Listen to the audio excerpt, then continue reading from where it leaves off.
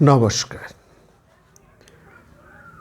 অবসরের কথা বা আসরের বর্তমান অধিবেশনে আপনাদের সবাইকে জানাই সাদর সম্ভাষণ, সাদর আমন্ত্রণ। আমরা কথা বলছিলাম ভারতবর্ষ তথা বাঙালির ইতিহাসকে নিয়ে। গত পর্বে আমরা বাঙালির সূক্ষ্ম আবেগ, তার বিশেষত্ব নিয়ে কথা বলছিলাম। সেখানে আমরা বাঙালির জীবনযাপনের মধ্যে যে একটা ঔদার্য আছে, যে একটা রসসমৃদ্ধ সূক্ষ্মতা বোধ আছে, যে পরিমাণ আতিথেয়তা আছে এবং সবচাইতে বড় তার মধ্যে একটা সম্মেলক শক্তি রয়েছে, যে শক্তির মধ্য দিয়ে বাঙালি বিভিন্ন ধরনের বিষয়কে একীভূত করে নিতে পারে। এবং সেখানে আমরা দেখেছি গুরু ভারত্ব সেখানে যেমন নেই, তেমনি পুরাণত্বের বা একটা যাকে বলে সংকীর্ণতার, মতান্ধতার আচ্ছন্নতাও বাঙালির মধ্যে নেই বা এই বাংলাদেশে নেই। এবং সেখানে আমরা দেখেছি শাস্ত্রপন্থীরা, ভারতবর্ষের শাস্ত্রপন্থীরা এই পূর্ব ভারতকে খুব একটা ভালো চোখে দেখতেন না। এটা তো আমরা বলেছি যে সেই সময় তীর্থযাত্রা ছাড়া, অর্থাৎ যেহেতু এই গাঙ্গেয় এই যে সভ্যতা এবং এই গঙ্গা এখানে এসে বঙ্গোপসাগরে মিলিত হয়ে সেখানে একটা নতুন তীর্থের সৃষ্টি হয়েছে। বাংলাতে কিন্তু সে অর্থে কোনো তীর্থ নেই। বাংলাতে যেটা আছে সেটা আছে মানবতার তীর্থ, মানুষের কথা। ফলত বাংলাদেশের সাহিত্যে, সমাজে যা কিছু সেখানে মানবতার জয়গান উঠেছে। শাস্ত্রকারেরা, উত্তর পশ্চিমের শাস্ত্রকারেরা এটাকে কিন্তু খুব একটা ভালো চোখে দেখেননি। তারা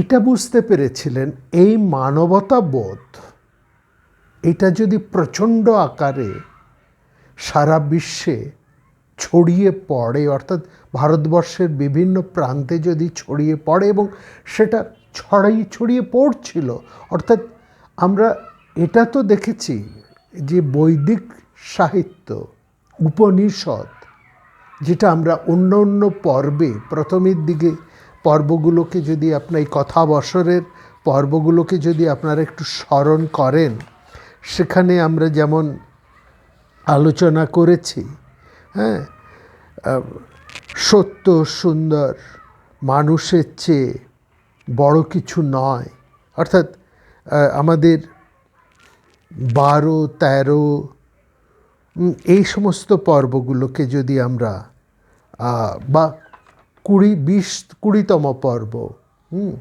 এই সমস্ত পর্বগুলোকে যদি আমরা সেখানে আবার একটুখানি ফিরে দেখি, তাহলে দেখব এই ভারতবর্ষের বৈদিক যে ধ্যান ধারণা ছিল, সেখানে এই পূর্ব ভারত তার একটা আমূল পরিবর্তন করে দিয়েছে।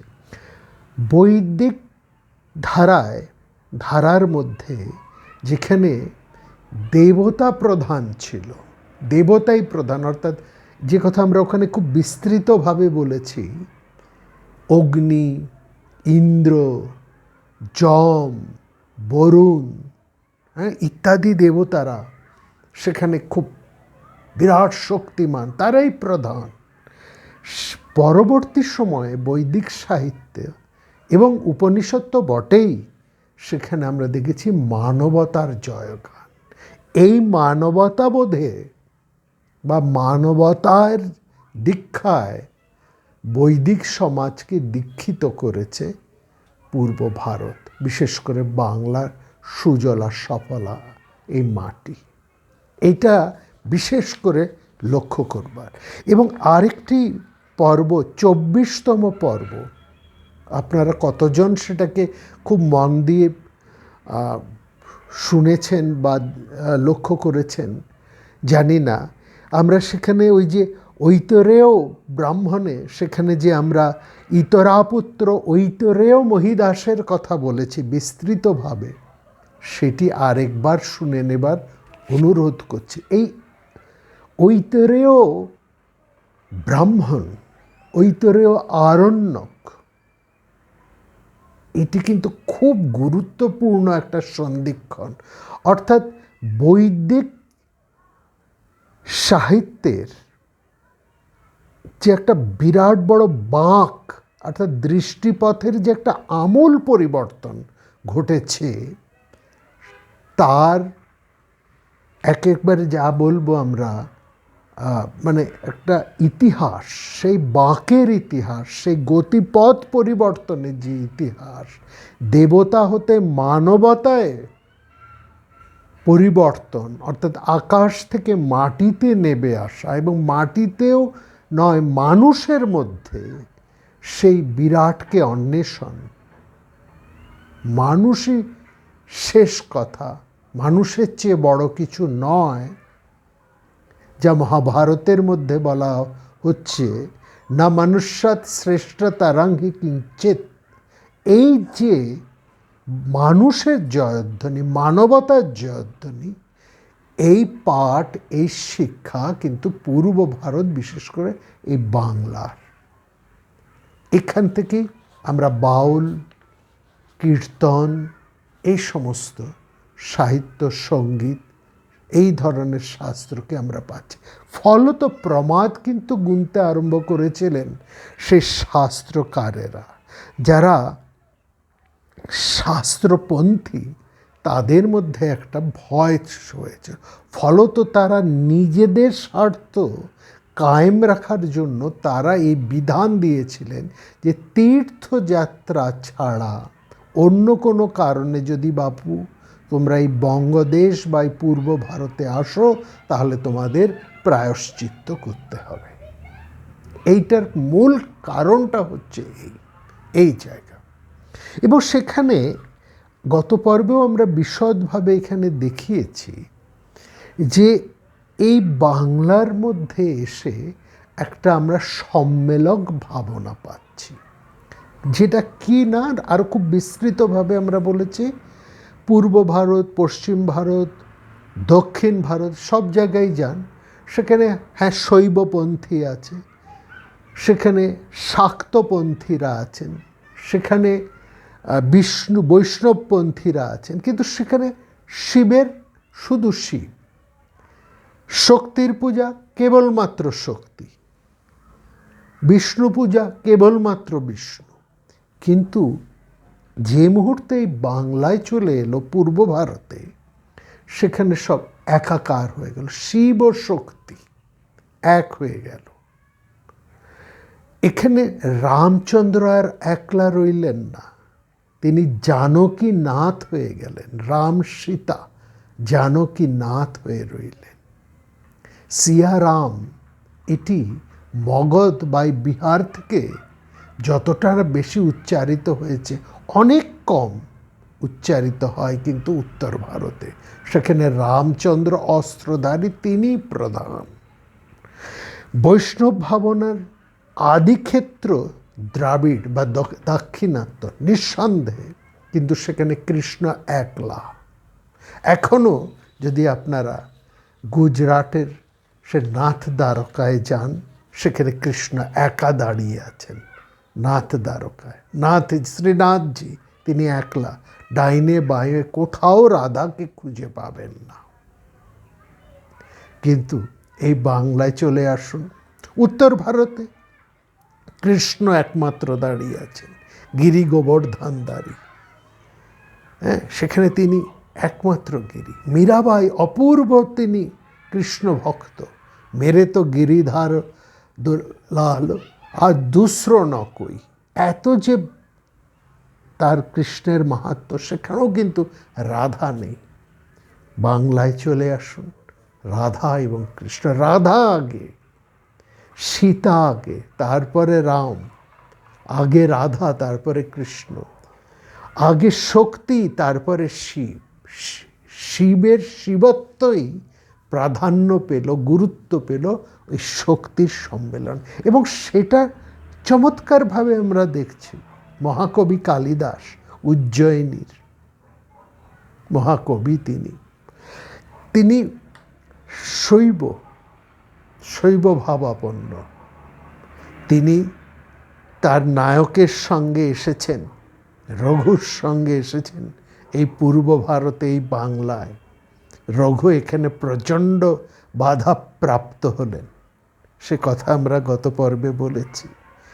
বাংলার নৌবাহিনী তাকে প্রচণ্ড বাধা দিয়েছে, এ কথা কালিদাস উল্লেখ করতে ভোলেননি রঘুর সেই তার রঘুবংশ কাব্য।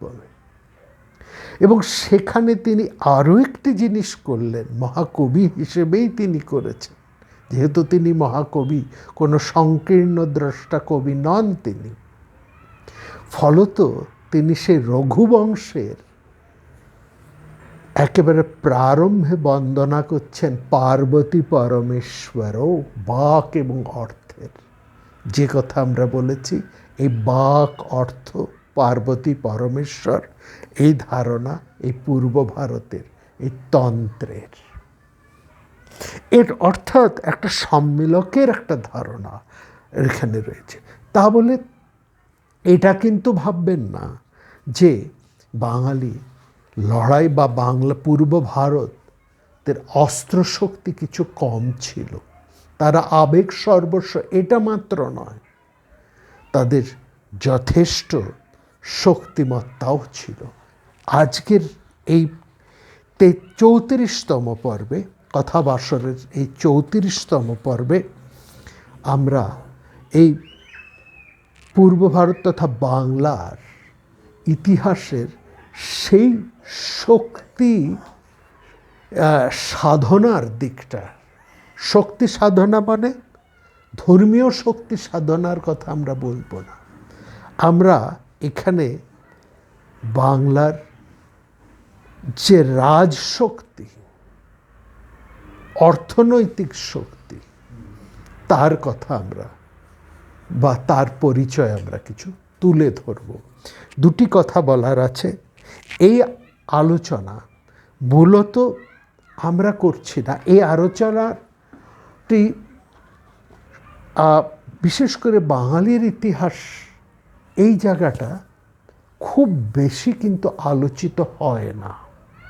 এই রাখালদাস বন্দ্যোপাধ্যায়, রমেশচন্দ্র মজুমদার, যদুনাথ সরকার, ব্রজেন্দ্রলাল শীল, ব্রজেন্দ্রনাথ শীল আচার্য হতে আচার্য সুকুমার চট্টোপাধ্যায়, সুনীতি কুমার চট্টোপাধ্যায়, সুকুমার সেন, সুনীতি কুমার চট্টোপাধ্যায়, সুকুমার সেন, এই যে ধারা, এরা এই বাঙালির ইতিহাস, বাঙালির প্রাচীন ইতিহাসকে তারা কিন্তু অত্যন্ত গুরুত্ব দিয়ে পর্যালোচনা করেছেন। আমাদের যাবতীয় আলোচনা এই 6 জন কৃতিপুরুষ বা এই 6 জন ঐতিহাসিক বা এই 6 জন বিখ্যাত বাঙালির পদাঙ্ক অনুসরণ করে। এদের বাংলার ইতিহাস প্রত্যেকেরই আছে। রাখালদাস বন্দ্যোপাধ্যায় হতে রমেশচন্দ্র মজুমদার, যদুনাথ সরকার, ব্রজেন্দ্রনাথ শীল কিংবা সুনীতি কুমার চট্টোপাধ্যায় কিংবা অথবা সুকুমার সেন, প্রত্যেকেরই বাংলার ইতিহাস গ্রন্থ আছে তাদের। সেই গ্রন্থ আপনারা সহজ উপলভ্য, আপনারা সেটা দেখতে পারবেন। আমরা অতটা ঐতিহাসিক সন, তারিখ ইত্যাদি নিয়ে আমরা আলোচনা করব না, বা করার সেই সুযোগও আমাদের নেই। আমরা এই স্বল্প সময়ের মধ্যে বাংলার ইতিহাসের কিছু গুরুত্বপূর্ণ তথ্য একটু সহজ করে আপনাদের কাছে পরিবেশন করছি, আপনাদের একটা আগ্রহ তৈরি করে দেবার একটা চেষ্টা মাত্র। আপনারা এই কৃতি পুরুষদের গ্রন্থ অবশ্যই পড়বেন, তাহলে আরো বিশদে জানতে পারবেন। যাই হোক, আমরা এটা দেখলাম যে বাঙালির রাজশক্তির একটা বিশাল ইতিহাস আছে। তার আগে আমরা এই বাংলার ইতিহাস কিভাবে হচ্ছে বা এই বাংলা আসছে কিভাবে, হ্যাঁ, এইটা আমরা একটুখানি দেখব।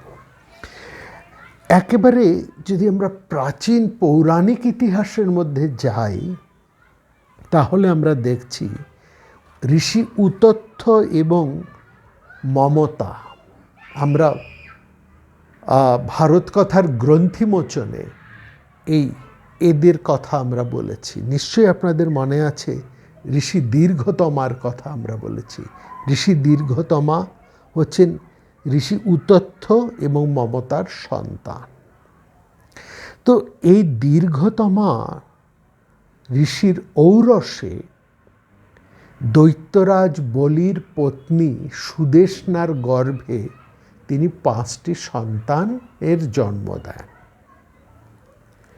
এইটি হচ্ছে পৌরাণিক ইতিহাস, এবং এই 5টি সন্তান হচ্ছেন অঙ্গ, বঙ্গ, কলিঙ্গ, ঔড্র এবং পুণ্ড্র। এই অঙ্গ, বঙ্গ, কলিঙ্গ, ঔড্র এবং পুণ্ড্র, এই 5টি সন্তানের জন্ম দেন, এবং 6টি সন্তানের জন্ম দিয়ে ঋষি দীর্ঘতমা বলেন, তিনি বেদের ঋষি, তিনি বলেন তোমার এই 5টি সন্তানই তার নিজের নামে রাজ্য শাসন করবে। এরা প্রত্যেকেই বিখ্যাত রাজা হবেন এবং তাদের প্রত্যেকেরই রাজ্য তাদের নিজেদের নামেই পরিচিত হবে। এবং সেখান থেকেই আমরা অঙ্গ, বঙ্গ, কলিঙ্গ, ঔড্র এবং পুণ্ড্র এই রকম 5টি রাজ্যের কথা আমরা পুরাণে, ইতিহাসে, মহাভারতের মধ্যে আমরা পাচ্ছি। এই কাহিনী, এরা প্রত্যেকে স্বনামখ্যাত এবং তাদের নিজ নামে একটি রাজ্য তারা স্থাপন করেছেন। এই বেশিরভাগ ঐতিহাসিকেরা তারা এই 5টি রাজ্যের একটা প্রাচীন এবং বর্তমান একটা সীমা নির্ধারণ করে দিয়েছেন। আমরা তার পরিচয় একটু আপনাদের কাছে তুলে নিই। অঙ্গ দেশ কোনটি না, বর্তমান বিহারের ভাগলপুর মুঙ্গের অঞ্চলটা হচ্ছে অঙ্গ দেশ, ঠিক আছে। কলিঙ্গ, এটা হচ্ছে বর্তমান উড়িষ্যা এবং উত্তর অন্ধ্রপ্রদেশের কিছুটা অংশ নিয়ে। এর রাজধানী ছিল ধৌলি। এখনো হাওড়া থেকে ধৌলি এক্সপ্রেস ছাড়ে, ভুবনেশ্বর অবধি যায় এই ধৌলি ছিল এই কলিঙ্গের রাজধানী। এখানে সম্রাট অশোকের সেই বিরাট যুদ্ধ হয়, কলিঙ্গ যুদ্ধ। অঙ্গ, কলিঙ্গ। পুণ্ড্রটা নিয়ে একটু আমাদের কথা বলতে হবে, সেজন্য পুণ্ড্রটা আমরা একটু পরে আসব। আমরা সূক্ষ্ম পুণ্ড্র, অঙ্গ, বঙ্গের কথাও আসবে পরে। বঙ্গ অঞ্চলটা আমাদের এই বাংলাদেশের খানিকটা অংশ, পশ্চিমবঙ্গের খানিকটা অংশ, বিহারের খানিকটা অংশ, এইসব নিয়েছিল আমাদের সেই বঙ্গের অঞ্চলটা। হ্যাঁ, পুণ্ড্র যেটা, সেটা খুব গুরুত্বপূর্ণ, এবং আমাদের এই সমগ্র ইতিহাস, বাংলার ইতিহাস, এইটা এসেছে এই পুণ্ড্র থেকে কিন্তু আমরা পেয়েছি। কিভাবে পেলাম না, পুণ্ড্রটা হচ্ছে বর্তমান বাংলাদেশের যে রাজশাহী, বগুড়া এবং রংপুর, এই অঞ্চলটা নিয়ে হচ্ছে পুণ্ড্র। এবং এখানের রাজধানী হচ্ছে মহাস্থানগড় বা পুণ্ড্রবর্ধন, বর্তমান নাম যেটা মহাস্থানগড়, সেটা ছিল এই পুণ্ড্র রাজ্যের রাজধানী পুণ্ড্রবর্ধন। এই জায়গাটি, এই মহাস্থানগড় এটা খুব বিখ্যাত এখন, এবং এইখানে লর্ড কানিংহামের নেতৃত্বে খনন করে, বা এর পরবর্তী সময়ে আরও অনেকবার খনন করা হয় এই মহাস্থানগড়। এই স্থানগড় খনন করে মৌর্য, গুপ্ত, পাল, সেন এবং অন্যান্য রাজবংশের হাজার বছরের পুরনো অসংখ্য স্মৃতিচিহ্ন, ব্রাহ্মী লিপি, এই ব্রাহ্মী লিপিটা কি আসবো, এই ব্রাহ্মী লিপি সোনা, রূপ, লোহা, ব্রোঞ্জ, পাথর, কাঁসাসহ বিভিন্ন মূল্যবান ধাতব পদার্থ, পোড়ামাটির তৈরি মূর্তি, কালো পাথরের মূর্তি, হ্যাঁ, বেলে পাথরের মূর্তি, মাটি দিয়ে তৈরি খোদাই করা ইট সেখানে পেয়েছি, স্বর্ণবস্তু, শিলালিপি, তীরের ফলা, এসব আমরা পেয়েছি ব্রাহ্মী লিপি। এই ব্রাহ্মী লিপি একটি পাওয়া গেছে, সেটার মধ্যে সেই যে শিলাচক্র মহাস্থানগড়ে, সেখানে একটা অশোক লিপি, এই ব্রাহ্মী লিপি হচ্ছে অশোক যে লিপিতে তার অনুশাসন, তার নির্দেশ দিতেন, এটি ছিল ব্রাহ্মী লিপি। সম্পূর্ণ পাঠোদ্ধার না হলেও এটা জানা গেছে সেই লিপি থেকে, ওই সংক্ষিপ্ত প্রত্নলিপিটি থেকে আমরা জানতে পেরেছি পুণ্ড্রনগর অর্থাৎ পৌণ্ড্রবর্ধনে শহরে সাধারণ শস্যাগার থেকে সম্রাট অশোক নির্দেশ দিচ্ছেন দুর্ভিক্ষের সময় ওই রাজশস্যগার থেকে, যেটা পুণ্ড্রবর্ধনে রয়েছে, দুর্ভিক্ষের সময় সম্রাট অশোক তার একটা নির্দেশনামা জারি করছেন ওই শিলালিপির মধ্যে, ব্রাহ্মী লিপিতে। সেখানে লেখা আছে যে স্থানীয় শাসনকর্তা, তার উদ্দেশ্যে সম্রাট অশোক নির্দেশ পাঠাচ্ছেন যে দুর্ভিক্ষের সময় ধান ইত্যাদি শস্য যেন ওই সরকারি খাদ্য গার থেকে, শস্যাগার থেকে দুর্ভিক্ষ পীড়িত অঞ্চলে যেন দেওয়া হয়। এইটি একটা লিপি আমরা পাচ্ছি, ব্রাহ্মী লিপি। এরকম অনেকগুলো ব্রাহ্মী লিপি আমরা পেয়েছি। অর্থাৎ বাংলাতে যারা যারা শাসন করেছেন, একেবারে মৌর্য সাম্রাজ্য থেকে, মৌর্য, গুপ্ত, পাল, সেন এবং অন্যান্য যে সমস্ত রাজবংশ এখানে ছিলেন, তাদের নানা প্রত্নতাত্ত্বিক যে সমস্ত উপাদান, সেগুলো এই মহাস্থানগড় খনন করে পাওয়া গেছে। ইট ইজ ভেরি একটা ইম্পর্ট্যান্ট জায়গায়। সেখান থেকে আমাদের বাংলার ইতিহাস পাওয়া গিয়েছে। বাংলার ইতিহাস নিয়ে আমরা শুরুতেই বলেছি খুব বেশি আলোচনা নেই, এবং সেখানে এমন কথাও প্রশ্ন উঠেছেন, রাখাল দাস বন্দ্যোপাধ্যায় সহ অন্যান্য অনেক ঐতিহাসিকেরা এই সমস্ত লিপিগুলোকে যখন তারা পেলেন, তারা কিন্তু, এবং মহামহোপাধ্যায় হরপ্রসাদ শাস্ত্রী, তার কথা আমরা বলবো, এই বাংলার ইতিহাস নিয়ে তারা কিন্তু অনেক প্রশ্ন তুলেছেন। এবং এই যত প্রত্নতাত্ত্বিক নিদর্শন যখন উঠে আসছে, তখন কিন্তু আর এই জায়গাকে এইখানকার গুরুত্বকে অস্বীকার করা যাচ্ছে না। এবং মনে রাখবেন, তখন এই বাংলার সাথে মগধ কিন্তু এক ছিল। বাংলা এবং মগধ এক শাসকের অধীনে ছিল, এবং তখন কিন্তু সেই সময়টা এতটা গুরুত্বপূর্ণ, মগধ এতটা গুরুত্বপূর্ণ, বাংলা এবং মগধ এই অঞ্চলটা, যে শুধু এই পূর্ব ভারত নয়, সমগ্র ভারতকে শাসন করছে কিন্তু এই ইস্ট ইন্ডিয়া। পূর্ব ভারত তখন সমগ্র ভারতকে শাসন করছে এবং সমগ্র ভারত জোড় হাতে এই পূর্ব ভারতের দিকে একটু অনুকম্পা পাওয়ার জন্য তাকিয়ে আছে। এইটা বিশেষ করে লক্ষ্য করা। আমরা ঐতরেয় ব্রাহ্মণে এবং মনুশাস্ত্রে পুণ্ড জাতির উল্লেখ পাই। সেখানে ঐতরেয় আরণ্যক, যে কথাটা আমরা বলেছি যে আমাদের ওই যে ঐতরেয় ইতরাপুত্র ঐতরেয় মহিদাসের যে পর্বটার এতটা গুরুত্ব আমরা আবার আপনাদেরকে আরেকবার শুনবার অনুরোধ এই জন্য করছি যে এইখানে এই ঐতরেয় আরণ্যকে বঙ্গ শব্দের সর্বপ্রাচীন উল্লেখ সেখানে পাওয়া যাচ্ছে।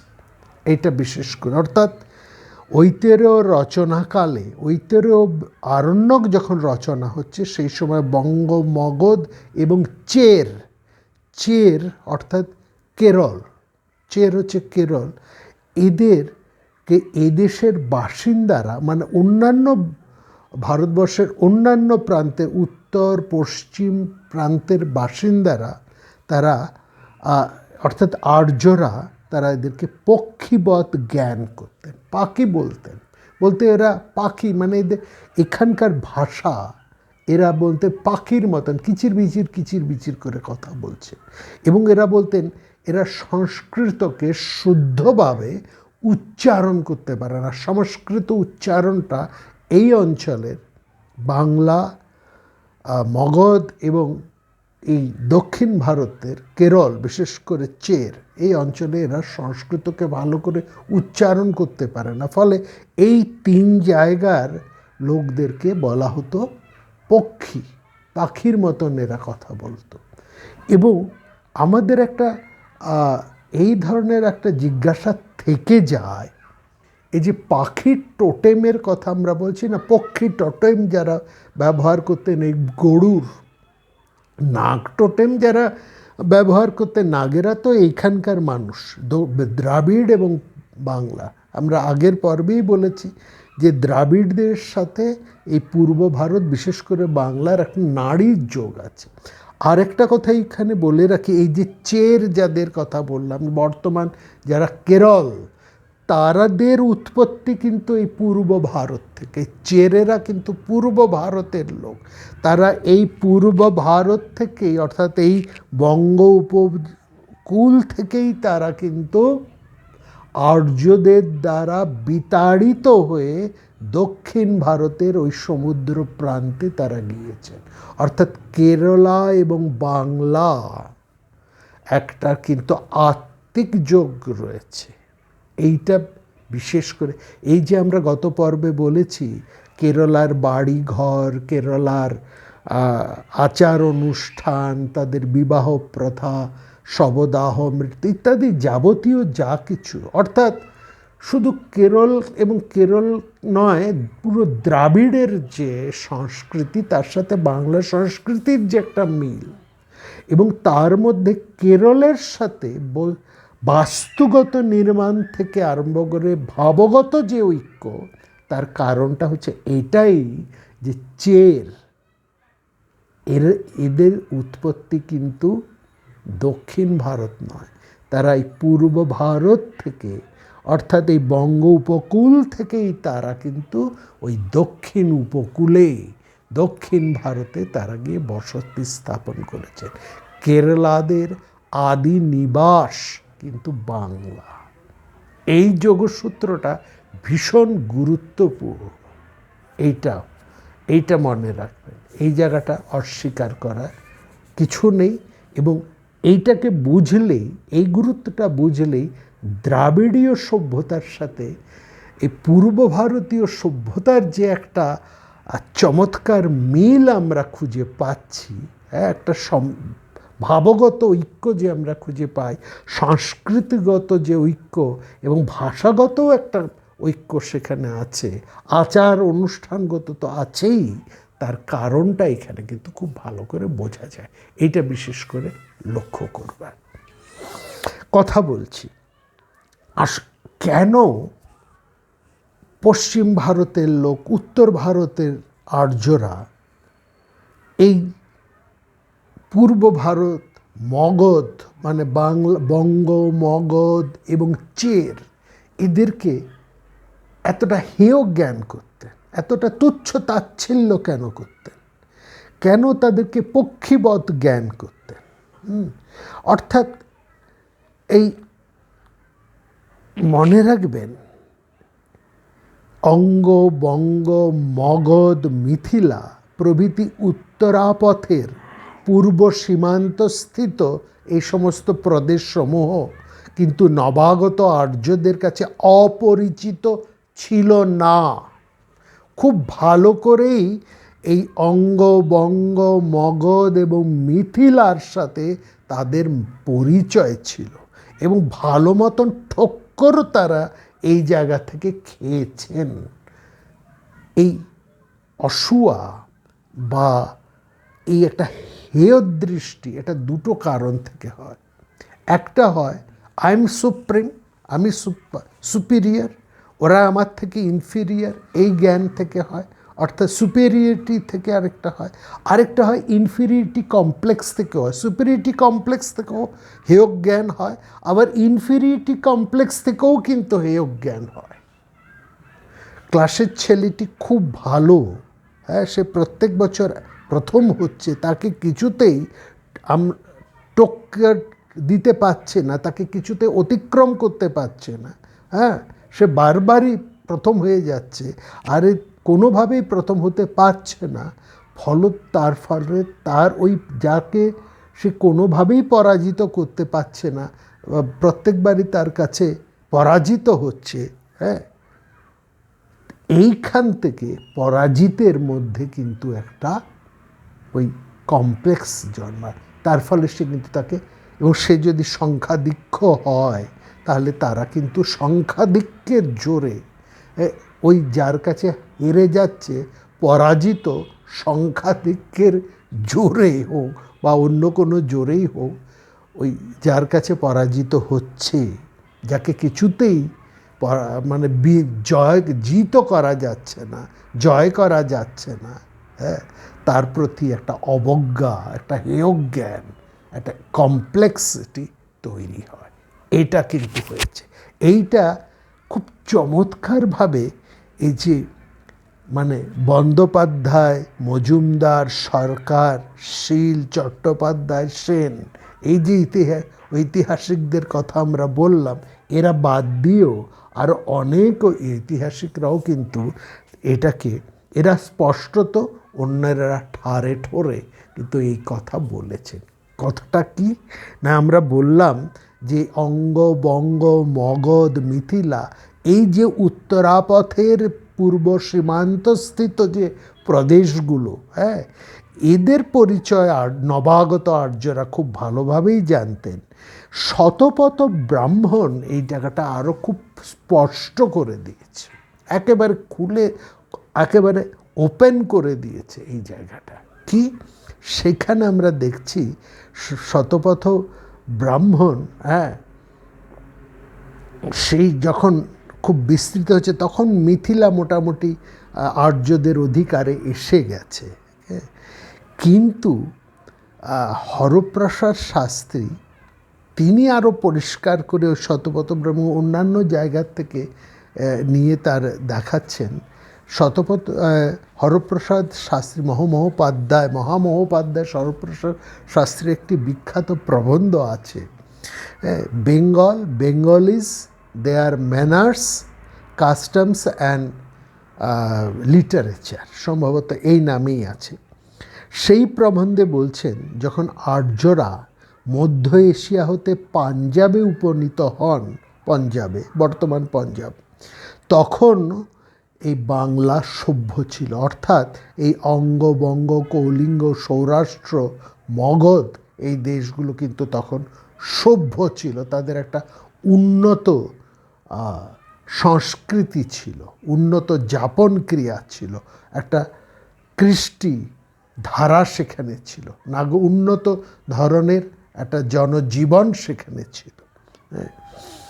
আর্যরা নিজেদের বসতি বিস্তার করে যখন এলাহাবাদের উপস্থিত হন, তখন এই সমস্ত পূর্বস্থিত দেশের প্রদেশগুলোর সভ্যতায় ঈর্ষাপরায়ণ হয়ে তারা এই পূর্ব ভারতের অঙ্গবঙ্গ, কলিঙ্গ, সৌরাষ্ট্র, মিথিলা এই সমস্ত দেশগুলোকে তারা ঈর্ষাবশত, যে কথাটা আমরা বললাম ওই ইনফিরিটি কমপ্লেক্স থেকে যেটা হয়, ঈর্ষাবশত তাদের ধর্মজ্ঞান শূন্য, ভাষা শূন্য পক্ষী বলে বর্ণনা করেছে। আচ্ছা বলুন তো, উচ্চারণ আজকের দিনেও সব দেশে মানুষ কি অন্য দেশের উচ্চারণ সঠিকভাবে করতে পারেন? ইউরোপিয়ানরা আমাদের দেশের উচ্চারণ করতে পারে না, স্বাভাবিকভাবে আমরা ইউরোপিয়ানদের সঠিক উচ্চারণ করতে পারি না।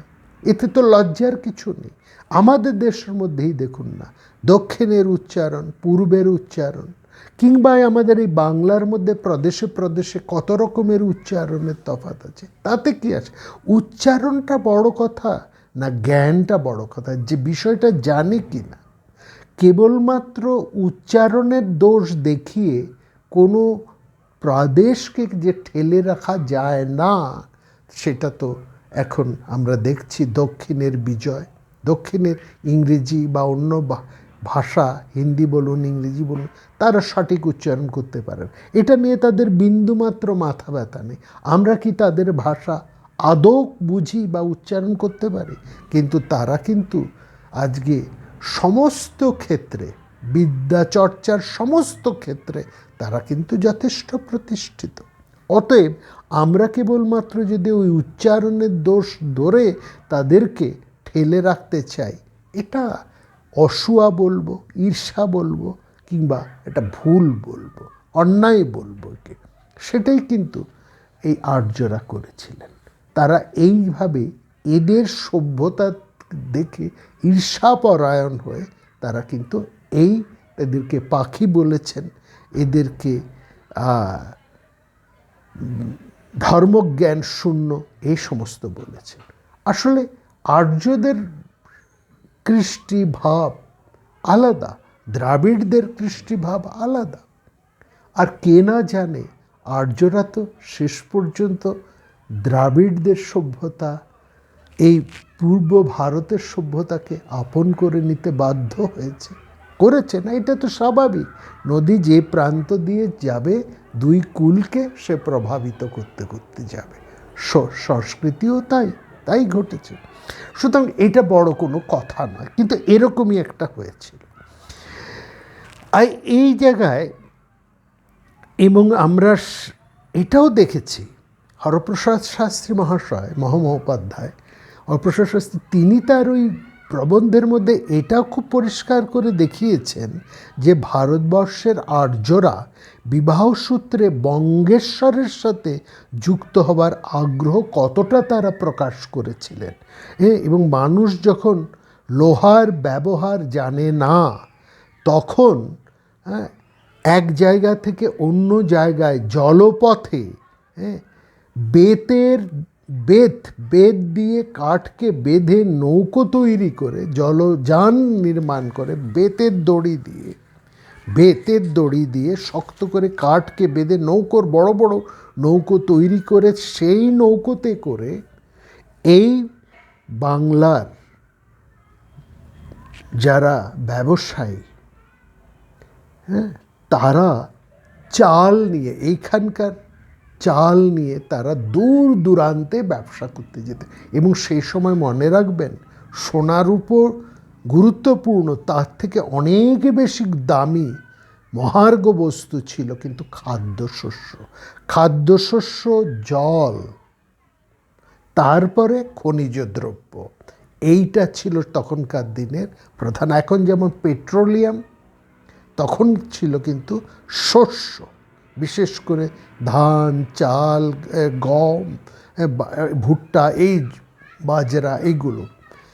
আর্যরা ওটাই লুট করতে এসেছিল।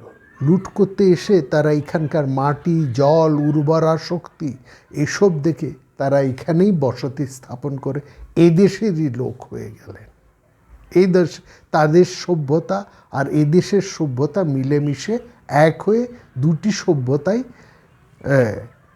ফুলে সমৃদ্ধ হয়ে উঠল। এটা কিন্তু যে কথাটা বলছিলাম, যে সময় লোহার ব্যবহার মানুষ জানতো না, সেই সময় এই বাংলায় তারা বেতের দড়ি দিয়ে নৌকো তৈরি করে তাতে তারা নানা দেশে চাল রপ্তানি করতো। এই বাঙালিরা এই নৌকোগুলোকে বলা হতো বালাম নৌকো, বালাম নৌকো।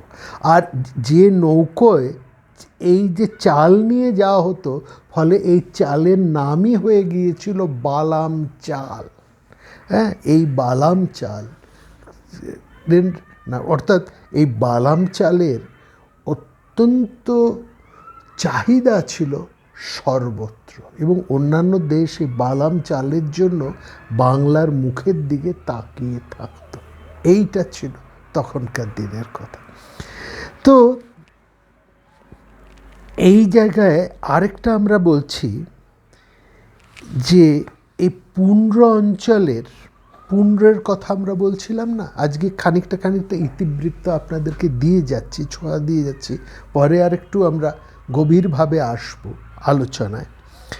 এই যে পুন্ড্র কথা আমরা বললাম, পুন্ড্র অঞ্চল, এই পুন্ড্র অঞ্চলের শাসক ছিলেন পৌণ্ড্রক বাসুদেব। মনে রাখবেন, পৌণ্ড্রক বাসুদেব। তিনি মহারাজ জরাসন্ধের একেবারে প্রায় বলা যায় ডান হাতের মতো ছিলেন, অত্যন্ত মিত্র ছিলেন। একসময় মগধ, এই জরাসন্ধের মগধ ছিল সবচেয়ে ক্ষমতাবান শক্তিশালী রাজ্য। উত্তর পশ্চিম ভারত, যেটা আমরা বলেছি, এই মগধেরই অন্তর্ভুক্ত হয়ে থাকত, এবং সমগ্র ভারতবর্ষ তখন এই মগধের দিকে জোড় হাত হয়ে তাকিয়ে থাকতো একটু অনুকম্পা পাওয়ার জন্য। এবং এই যে 5টি রাজ্যই যেহেতু মগধের অন্তর্ভুক্ত ছিল, অঙ্গ, বঙ্গ, কলিঙ্গ, পুন্ড্র, যা এই যে কথাগুলোর আমরা নাম বললাম, হ্যাঁ, অঙ্গ, বঙ্গ, কলিঙ্গ, ঔড্র এবং পুন্ড্র। তো এই 5টি রাজ্যই তার প্রধান ছিলেন মগধ রাজ্য জরাসন্ধ, এবং প্রত্যেকটি রাজ্যই কিন্তু লক্ষ্য করবেন মহাভারতের যুদ্ধে তারা দিল্লির বিরুদ্ধে, অর্থাৎ ওই দিল্লি দুর্যোধনের পক্ষভুক্ত হয়ে তারা যুদ্ধ করেছিল, এবং পরবর্তী সময় এই প্রত্যেকটি রাজ্যই কিন্তু দিল্লীশ্বরের বিরুদ্ধে যুদ্ধ করেছিলেন। একটা জিনিস লক্ষ্য করুন, সেই প্রাচীন সময় থেকে এই পূর্ব ভারত কখনোই দিল্লীশ্বরের অধীনতা স্বীকার করেনি। এই দিল্লির সাথে পূর্ব ভারতের এই যে বিরোধ, একটা নীতিগত বিরোধের জায়গা, একটা রাজনৈতিক বিরোধের জায়গা, এটা কেবলমাত্র এখনকার রাজনৈতিক ইতিহাসে নয়, খুব ভালো করে লক্ষ্য করার, বর্তমান রাজনৈতিক ইতিহাসে না, একেবারে সুপ্রাচীন সময় থেকে অঙ্গবঙ্গ, কলিঙ্গ, পুন্ড্র, ঔড্র অর্থাৎ মগধ, এই সময় থেকেই কিন্তু পূর্ব ভারত সবসময় দিল্লীশ্বরের বিরোধিতা করে এসেছে। এবং বারবার দেখেছি দিল্লীশ্বরের বিভিন্ন রাজারা এই রাজ্যগুলোকে আক্রমণ করেছে, এদেরকে অধিকার করার চেষ্টা করেছে, এবং এরা প্রবলভাবে বাধা দিয়েছে, এবং যখনই সুযোগ পেয়েছে তখনই তারা নিজেদেরকে স্বাধীন বলে সর্বপ্রথম ঘোষণা করে দিয়েছে। এই যে ঘটনাটা, এই যে ইতিহাসটা, এই যে বিরোধের রাজনীতিটা পূর্ব ভারত বনাম উত্তর ভারতের, এটা কিন্তু বিশেষ করে লক্ষ্য করার মতন। হ্যাঁ, এটা বর্তমান ইতিহাস নয়, এই 40-50 বছরের ইতিহাস নয়, আরও প্রাচীন, একেবারে আদির থেকে, গোড়া থেকে সেই ধারাটাই যেন চলছে। এবং আমরা যে কথাগুলো এখানে এরপরে বলবো, সেই জায়গাগুলোতে কয়েকটা বিষয় আপনাদের একটু আমরা লক্ষ্য করতে বলবো। হ্যাঁ, এই যেমন কতগুলো তথ্য আমরা দিয়ে যাচ্ছি, তার মধ্যে বাংলাদেশের ইতিহাসের প্রতি গুরুত্বটা ঐতিহাসিকদের চোখে কখন আরও পড়ল, আগে পড়েনি। প্রথম পড়ছে উত্তর পশ্চিম থেকে আর্যরা যখন এই দেশ অধিকার করার একটা চেষ্টা করছে, সেই সময় থেকে। কোন সময় থেকে এই বাংলাদেশে আর্যদের বসতি স্থাপন হয়েছে এই কথা বলাটা কিন্তু খুব শক্ত। তবে মৌর্য সম্রাটদের শাসনকালে, অর্থাৎ খ্রিস্টপূর্ব চতুর্থ তৃতীয় শতাব্দীতে যে অন্তত উত্তরবঙ্গে আর্যদের অভিনিবেশ ছিল, তার একটা প্রমাণ আমরা সেখানে পাই। যাই হোক, এই দেশ বা এই বাংলা, তখন বাংলা বলা হতো না, বলা হতো বঙ্গালা। হ্যাঁ, এবং এই বাঙ্গালা, এই জায়গাটা বা বঙ্গাল, বঙ্গাল এই শব্দের উৎপত্তি বঙ্গপাল থেকে এসেছে। বাংলাদেশের দক্ষিণ ও দক্ষিণ পূর্ব অঞ্চল সেই অনেকটা জলা জায়গা ছিল, জলাভূমি। এই জলা জায়গার সাধারণ নাম হচ্ছে বঙ্গ। ঐতিহাসিকেরা অনেকেই বলেন, এবং রাখাল দাস বন্দ্যোপাধ্যায়, রমেশচন্দ্র মজুমদার বা যদুনাথ সরকার, তারা এইটা বলেছেন। এবং এই একই মতে সুকুমার সুমিতিবাবু, তারাও এই একই সিদ্ধান্ততে সমর্থন। এই যে জলাভূমি অঞ্চলটাকে বলা হয় বঙ্গ। বঙ্গ শব্দের অর্থ হচ্ছে জলাভূমি, আবিধানিক অর্থ হচ্ছে জলাভূমি। বঙ্গ শব্দের অর্থ হচ্ছে জলাভূমি। ওই যে অঙ্গ বঙ্গ, এই বঙ্গ মানে যে অঞ্চলটা জলাভূমি, সেটা হচ্ছে বঙ্গপ্রদেশ বা বঙ্গদেশ। হ্যাঁ, তো এখানে আরেকটা নামও ছিল বঙ্গপাল, এই নামও ছিল। এই জল আর বঙ্গের আদিবাসীরা বঙ্গাল নামে খ্যাত ছিল অন্তত পক্ষে একাদশ শতাব্দী থেকে। প্রাচীনকালের আধুনিক বাংলাদেশ প্রধানত চারটা প্রদেশে ভাগ করা ছিল। চারটা, সেখানে প্রাচীন বঙ্গদেশ চারটা বিভিন্ন প্রদেশে বিভক্ত ছিল। বরেন্দ্রী, সুম্য, বঙ্গ আর কামরূপ, এই চারটি অঞ্চল। বরেন্দ্রী, সুম্য বা রাঢ়, যে কথাটা বলে রাঢ় বঙ্গ, হ্যাঁ, সুম্যকে এবার থেকে আমরা রাঢ় বঙ্গ বলবো, ঠিক আছে। বঙ্গ আর কামরূপ, এই অঞ্চলের মধ্যে ভাগ করা ছিল। বরেন্দ্র, এই শব্দটা একটু আমাদের নাড়াচাড়া করতে হবে। বরেন্দ্র কথাটা একটু, আমরা বললাম বঙ্গ হচ্ছে জলাভূমি, সেখানে বরেন্দ্র ভূমি। বরেন্দ্র বঙ্গ শব্দের অর্থ যেমন জলাভূমি, বরেন্দ্র শব্দের আবিধানিক অর্থ হচ্ছে উঁচু ভূমি। অনেকে বলেন এই বন্দ্যোপাধ্যায়, বন্দ শব্দ বরেন্দ্র শব্দ থেকে এসছে, বন্দ মানে প্রধান, তা কিন্তু নয়, ভুল। বরেন্দ্র থেকে বন্দ্যোপাধ্যায় এসেছে কিনা এই ইতিহাস আমরা জানি না। তবে বরেন্দ্র শব্দটা হচ্ছে বর্তমান উত্তরবঙ্গ, এর হচ্ছে বরেন্দ্র। বাংলার প্রাচীন জনপদ, পশ্চিমে গঙ্গা ও মহানন্দা, পূর্বে করতোয়া। এই করতোয়াটা হচ্ছে কোথায়? ওই যে আমরা মহাস্থানগড় বললাম, মহাস্থানগড় কথা আমরা শুরুতেই বলেছি, মহাস্থানগড়, যেটা হচ্ছে আপনাদের এই যে পৌণ্ড্রবর্ধন রাজধানী, পৌণ্ড্র দেশের রাজধানী পৌণ্ড্রবর্ধন, তার আধুনিক নাম হচ্ছে মহাস্থানগড়, যার ইতিহাস আমরা বলেছি। এই মহাস্থানগড়ের পাশে দিয়ে যে নদীটি বয়ে যাচ্ছে তার নাম হচ্ছে করতোয়া। তাহলে বরেন্দ্রর যে ভৌগোলিক সীমাটা আপনারা বুঝে গেলেন, এটা হচ্ছে গঙ্গা মহানন্দা, পূর্বে করতোয়া, পশ্চিমে পদ্মা, উত্তরে কুচবিহার। এই মধ্যবর্তী অংশটা হচ্ছে বরেন্দ্র ভূমি। বর্তমান বাংলাদেশের রাজশাহী হচ্ছে বরেন্দ্র অঞ্চল, অর্থাৎ বগুড়া, রংপুর, দিনাজপুর, গাইবান্ধা, এগুলো সব হচ্ছে বরেন্দ্র অঞ্চল। বরেন্দ্র শব্দটা লক্ষ্য করবেন, বরেন্দ্র কথাটা এসছে বারিন্দা থেকে, বারিন্দা। বারিন্দার কথাটা একটু চেনা চেনা লাগছে কি? আমরা বারিন্দা অনেকেই বলেন, বা পূর্ববঙ্গের মানুষেরা কিন্তু বারিন্দা কথাটা খুব বলেন। আমরা এই পশ্চিমবঙ্গে মানুষেরা তাকে বলেন বারান্দা। বারান্দা বা বারিন্দা যাই বলা হোক না কেন, সেটা ঘরের একটু উঁচু জায়গাকে বলে।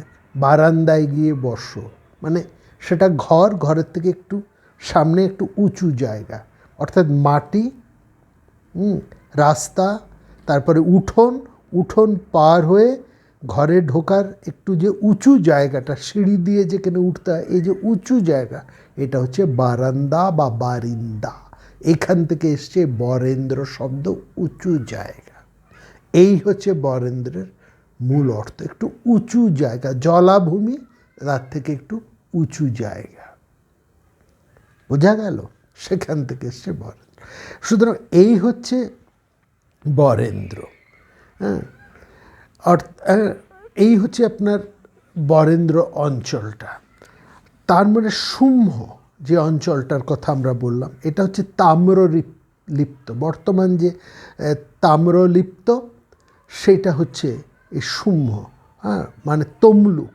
এই তমলুক বা তাম্রলিপ্ত আরেকটার জন্য বিখ্যাত, নদী বন্দর তাম্রলিপ্তি বা নদী বন্দর, প্রাচীন খুব গুরুত্বপূর্ণ একটা নদী বন্দর।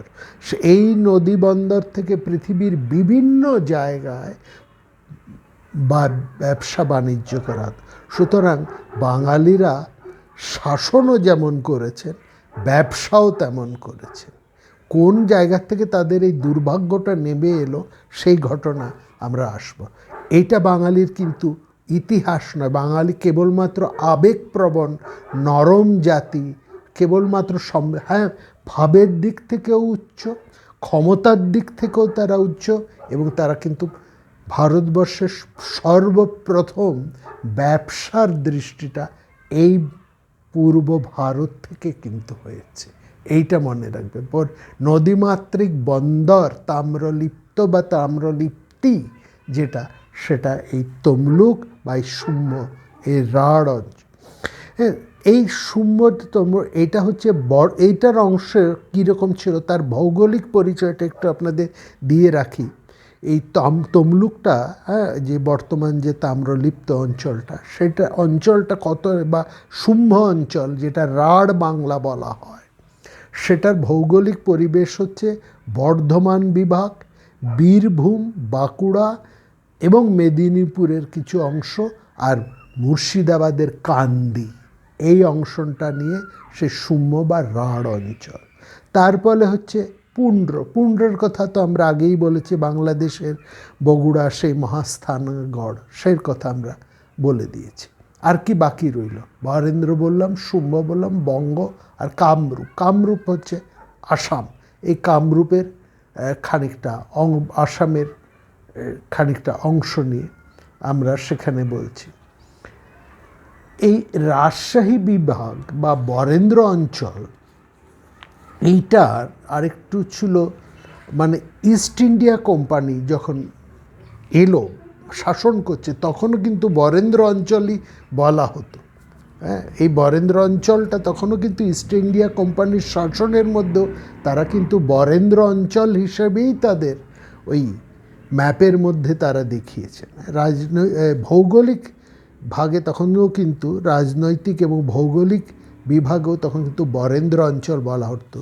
অর্থাৎ রাজশাহী বিভাগ, দার্জিলিং, জলপাইগুড়ি, মালদহ, দিনাজপুর উত্তর এবং দক্ষিণ, রংপুর, বগুড়া আর পাবনা, এইটা নিয়ে সম্পূর্ণ বরেন্দ্র অঞ্চল। এবং মনে রাখবেন নাটোর, নওগাঁ এই তখন কিন্তু রাজশাহীর অন্তর্ভুক্ত ছিল।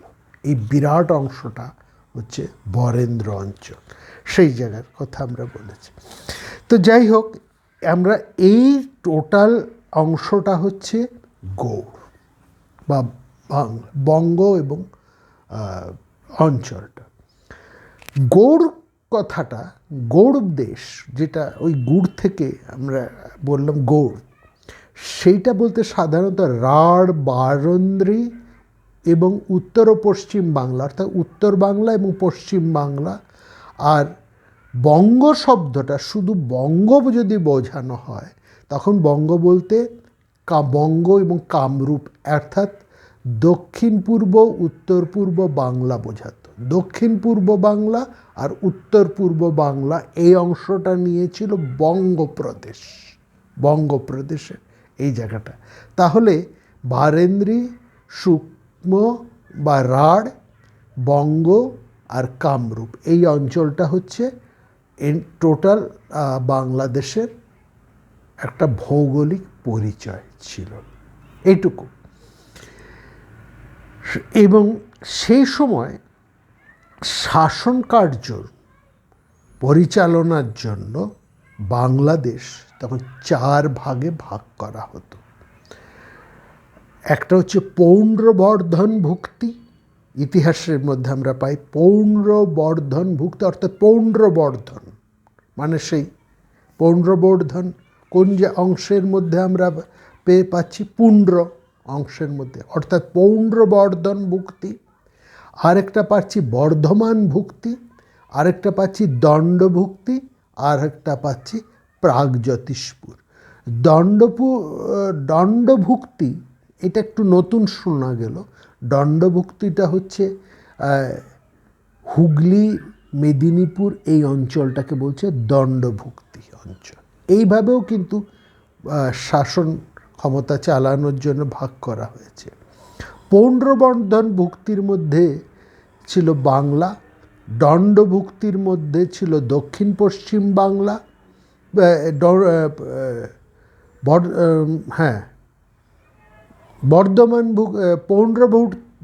পৌণ্ড্রবর্ধন ভুক্তি যেটা, পৌণ্ড্রবর্ধন ভুক্তি যে অঞ্চলটা, সেটার মধ্যে অংশ ছিল উত্তর আর পূর্ব বাংলা। বর্ধমান ভুক্তির মধ্যে ছিল পশ্চিম বাংলা, দণ্ডভুক্তির মধ্যে ছিল দক্ষিণ পশ্চিম বাংলা আর উড়িষ্যা এবং ছোট নাগপুরের সমগ্র অংশ, সংলগ্ন অংশ।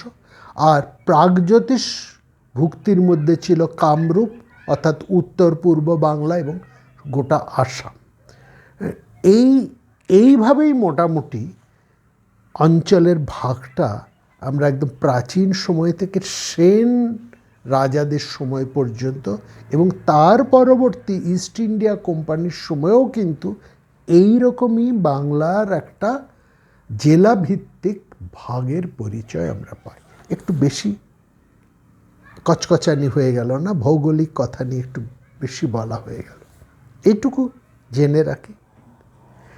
আমরা এবার একদম পেছনে চলে যাই, একেবারে বাংলার, অর্থাৎ মৌর্য সাম্রাজ্য, গুপ্ত সাম্রাজ্য সারা দেশ শাসন করছে। তাদের শাসনের মধ্যে বাংলা, অর্থাৎ এই অঙ্গ, বঙ্গ, কলিঙ্গ, পুণ্য এইসব সমগ্র দেশগুলো আছে। সেখানে বাংলার আমরা শক্তিশালী নৌসেনাদের পরিচয় পাচ্ছি, স্থানীয় বেশ কিছু রাজাদের পরিচয় আমরা পাচ্ছি। কিন্তু সে সময় বাংলা স্বাধীন নয়। স্বাধীন বাংলার ইতিহাস যদি আমাদের বলতে হয়, স্বাধীন বাংলা মৌর্যদের অধিকারে নয়, গুপ্ত সাম্রাজ্যের অধিকারে নয়। স্বাধীন বাংলা কবে থেকে স্বাধীন হলো তার কথা বলতে হলে আমাদের গুপ্ত সাম্রাজ্যের শেষ অবস্থা, যখন গুপ্ত সাম্রাজ্যের সেই দাপট, তাদের সেই প্রবল প্রতাপ, তার ঔজ্জ্বল্য যখন ম্লান, তখন এই বাংলায় একজন শক্তিমান রাজা, তিনি নিজেকে স্বাধীন শাসক বলে ঘোষণা করলেন।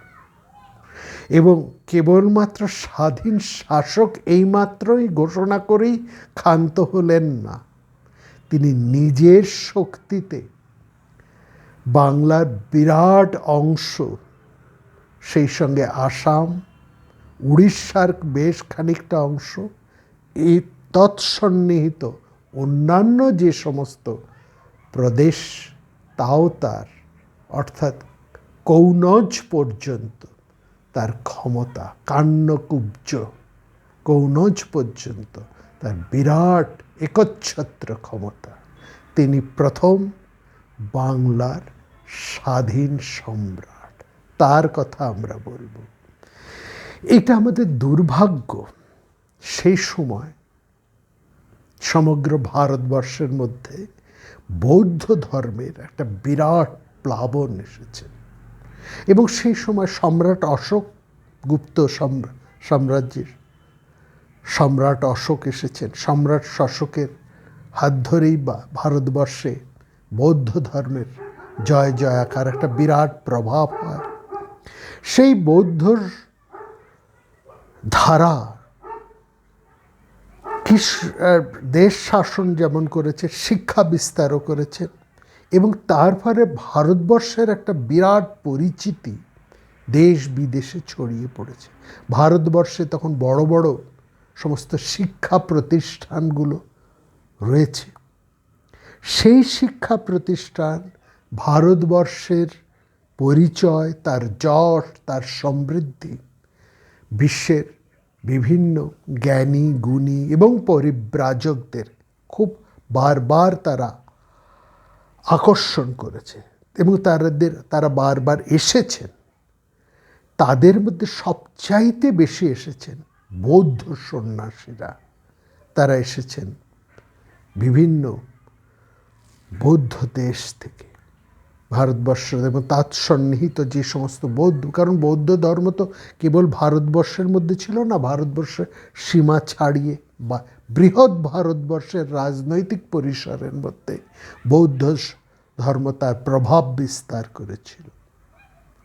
ভারতবর্ষ ইতিহাসে এটা বলা হয়, ভারতবর্ষ কখনোই অস্ত্রশক্তি দিয়ে দেশ জয় করে, অর্থাৎ এক হাতে ধর্ম, অন্য হাতে অস্ত্র, এই নিয়ে ভারতবর্ষ কোনোদিন রাজ্য জয় করেনি। যেটা ইসলাম করেছে, যেটা খ্রিস্টানেরা করেছে, সেটা কিন্তু ভারতবর্ষ করেনি। ভারতবর্ষ পৃথিবীকে জয় করেছে হৃদয় দিয়ে এবং অথবা তার শক্তি দিয়ে। ধর্মকে সামনে রেখে পেছনে অস্ত্র নিয়ে ভারতবর্ষ রাজ্য জয় করেনি। ভারতবর্ষ ধর্ম নিয়ে যে রাজ্য জয় করেছে, সেটা হিন্দু ধর্মের ক্ষেত্রেও আমরা দেখেছি, অর্থাৎ সনাতন আমাদের বৈদিক ধর্মের ক্ষেত্রে যেমন আমরা দেখেছি, তেমনি বৌদ্ধ ধর্মের ক্ষেত্রেও দেখেছি। বৌদ্ধ ধর্মের প্রচারের মধ্যে দিয়ে ভারতবর্ষ বিভিন্ন পৃথিবীকে জয় করেছে, বিভিন্ন পৃথিবীর দেশকে জয় করেছে। সেই সমস্ত দেশের অনেক বৌদ্ধ সন্ন্যাসীরা সেই সময় এসেছেন এই গুপ্ত সাম্রাজ্যে। গুপ্ত সাম্রাজ্য হচ্ছে ভারতবর্ষের ইতিহাসে একটা স্বর্ণোধ্যায় সময়, উজ্জ্বল সময়। সেই সময় বহু সন্ন্যাসীরা এসেছে। দুর্ভাগ্য পূর্ব ভারতের এটাই, বারবার এই দুর্ভাগ্য পূর্ব ভারতের ক্ষেত্রে নেমে এসেছে। পূর্ব ভারতের মধ্যে একটা উদার ধর্মমত ছিল, সেটাকে যেমন কঠোর বৈদিক শাস্ত্রপন্থীরা পছন্দ করতেন না, সেরকম এইখানকার এই পূর্ব ভারতের যে রাজশক্তি, সেটা কিন্তু এই বৌদ্ধ ধর্মর অনুসারী ছিল না। যে রাজশক্তির কথা বলছি, যে রাজার কথা আমরা বলতে চলেছি, যিনি নিজেকে এই বাংলার প্রথম স্বাধীন সম্রাট হিসেবে যাকে ঐতিহাসিকেরা স্বীকার করেন, অন্তত এই 5-6 জন ঐতিহাসিকের কথা আমরা যারা বললাম তারা তো বলেছেন, এবং আরও অনেক বিদেশি ঐতিহাসিকেরাও তাকে বাংলার প্রথম স্বাধীন সম্রাট হিসেবেই তাকে দিয়েছেন। কিন্তু সে সময়কার যে ইতিহাস, সেই সময়কার যে সমস্ত ঐতিহাসিকেরা বিদেশ থেকে এসেছিলেন তারা মূলত ছিলেন বৌদ্ধ, আর ইনি ছিলেন শৈব। ফলত এর ক্ষমতাকে, তার জয়গাথাকে, তার পরাক্রমকে, তার শ্রেষ্ঠতাকে কিন্তু এই ঐতিহাসিকেরা খুব একটা ভালো চোখে দেখেননি। তাকে, তাদের যে ইতিহাস বর্ণনা, সেখানে তারা তার নিন্দাই করেছেন, এবং এটা ভুলভাবে করেছেন, অন্যায়ভাবে করেছেন। আগামী পর্বে আমরা বাংলার প্রথম স্বাধীন সম্রাটের কথা নিয়ে আসব, বলবো তার কীর্তির কথা, এবং সেই সঙ্গে সঙ্গে তার পরবর্তী বাংলার কি অবস্থা হলো সে কথাও আমরা বলবো, এবং বলবো তাকে কোন সেই যে দৃষ্টির কথা আমরা বললাম, বাংলাকে সেই সময় আর্যরা, শাস্ত্রধারী আর্যরা, এই বাংলা, মগধ, এই অঞ্চলটাকে তারা যে পাখির সঙ্গে তুলনা করেছেন, ধর্মভ্রষ্টের সাথে আলোচনা করেছেন এই বৌদ্ধ সন্ন্যাসীরা। যদিও এই বৌদ্ধ ধর্মের মহাযান জানান সেই এই বাংলা থেকেই উৎপত্তি হয়েছে, এই বাংলাতেই, কিন্তু ওই যে দুর্ভাগ্য, অর্থাৎ পূর্ব ভারতের সাথে উত্তর ভারতের যে একটা চিরকালীন বিবাদ, তার রেশও কিন্তু, সেই ইতিহাসও এর মধ্যে রয়েছে, সেই ঘটনা এখানে রয়েছে। এই কথাও আমরা দেখব।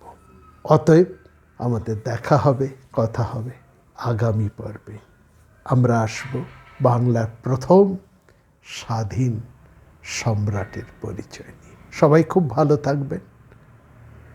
মনে রাখবেন, আমরা এখানে ইতিহাসের সেই বিস্তৃত তথ্য নিয়ে আলোচনা করছি না, ইতিহাসকে প্রাধান্য দিয়ে সেই সময়কার কিছু গল্প কথা, কিছু ইন্টারেস্টিং তথ্য, এবং আমাদের এই বাংলার ইতিহাসের তার ভাগ্য, তার যশ, তার বীর্যবত্তা, তার ঐতিহ্য এবং তার দুর্ভাগ্য, সবটা নিয়েই আপনাদের কাছে পর্বান্তরে আসব। খুব ভালো থাকবেন সবাই। দেখা হবে পরের পর্বে।